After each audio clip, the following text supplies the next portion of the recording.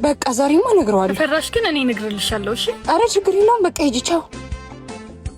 ሄኒ አንድ የምነግርህ ነገር አለ። ምን ነው ምሩ? ችግር አለ? ሄኒ አርግ። ወይኔ ምሩ አባትሽ መጣ። ግቢ ሮስ።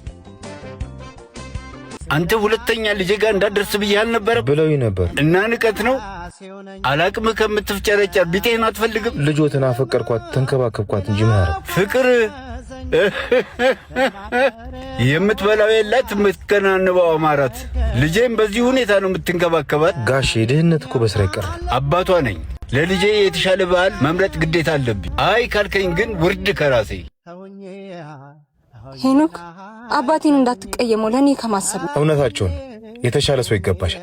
ህይወት እንደኔ ስለታገለሽ አይሆንም። አንዳንዴም እድል ያስፈልጋል። እኔም እኮ እሱን ጥሩ እድል ይዤ ነው የመጣሁት። ምን አርግዣለሁ?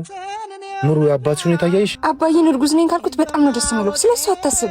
ለአንተ ገቢ ደግሞ ያንጎ ተመዝግበ በእኔ መኪና ትሰራለህ። በያንጎ? አዎ 2 ገቢ ማግኘት ትችላለህ። አንዱን ከደንበኛ አንዱን ደግሞ ከያንጎ ፕሮ ቦነስ። ከዚህ በፊት በ20 ትሪፕ 6700 የነበረው አሁን ማሻሻያ ተደርጎለት እስከ 7700 ብር ገቢህን ማሳደግ ትችላለህ። አንተ ደግሞ ግብህን በጨመርክ ቁጥር ገቢህን ማሳደግ ትችላለህ። አረ እና የትጅም መዝገብ ይችላል። ቢሮ መሄድ ሳይጠበቅብህ ያንጎ ፕሮ አፕሊኬሽንን ከአፕ ስቶር ወይም ከፕሌይ ስቶር በማውረድ በ5 ደቂቃ ውስጥ መመዝገብና ስራ መጀመር ትችላለህ። ህይወቴን አቀለልሽልኝ።